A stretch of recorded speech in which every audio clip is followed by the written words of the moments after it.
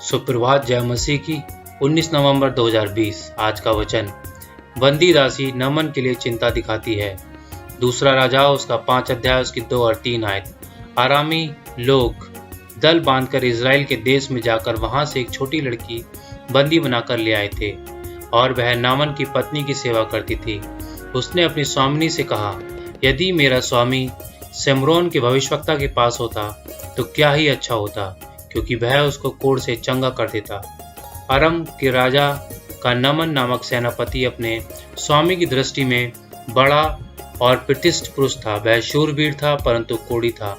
Syria के राजा बेन-हदद ने Israel की सेनाओं को हरा दिया था। उस समय से सीरियाई लोगों ने इज़राइल के खिलाफ लगातार सीमा युद्ध किया था और अपने एक छापे में उन्होंने वहां से एक छोटी लड़की को बंदी बनाकर लाया था। वह नामन की पत्नी की सेवा करती थी। एक गुलाम अपने घर से बहुत दूर। यह छोटी लड़की परमेश्वर के गवाहों में से एक थी। अनजाने में उस उद्देश्य को पूरा कर रही थी जिसके लिए परमेश्वर ने इज़राइल को अपने लोगों के रूप में चुना था।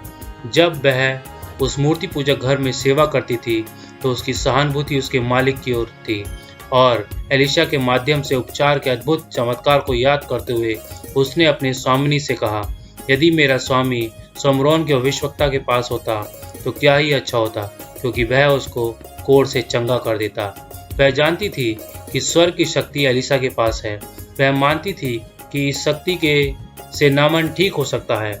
बंदी दासी का आचरण, जिस तरह से वह खुद को उस मूर्ति पूजक घर में उबा करती है, वह शुरुआती घरेलू परीक्षण की शक्ति की एक मजबूत गवाही है।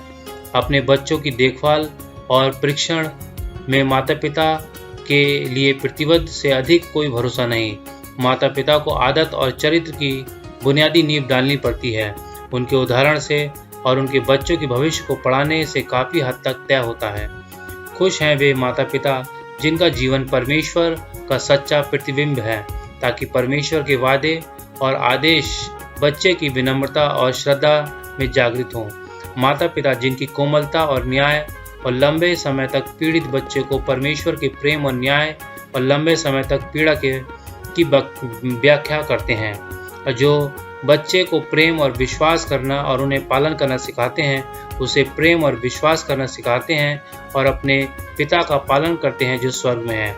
माता पिता जो अपने बच्चे को इस तरह के उपहार को प्रदान करते हैं, उसे सभी उम्र की धुन की तुलना में अधिक कीमती खजाने के साथ संपन्न किया गया है। अनंत काल के रूप में एक खजाना है। उस इब्रानी दासी के माता पिता, जैसा कि उन्होंने उसे परमेश्वर की शिक्षा दी थी, वह उस भाग्य को नहीं जानती थी जो उसका होगा, लेकिन वे अपने विश्वास के प्रति वफादार थे और सीरियाई मेजबान के कप्तान के घर में उनका बच्चा उस परमेश्वर का साक्षी था जिसे उसने सम्मान देना सीखा था। नमन ने उन शब्दों के बारे में सुना जो दासी ने अपनी मालकिन को बताए थे और राजा से अनुमति प्राप्त कर वह चिकित्सा की तलाश में आगे बढ़ गया। Reflecting Christ, page number 337। धन्यवाद। परमेश्वर सबको आशीष और बरकतें दे।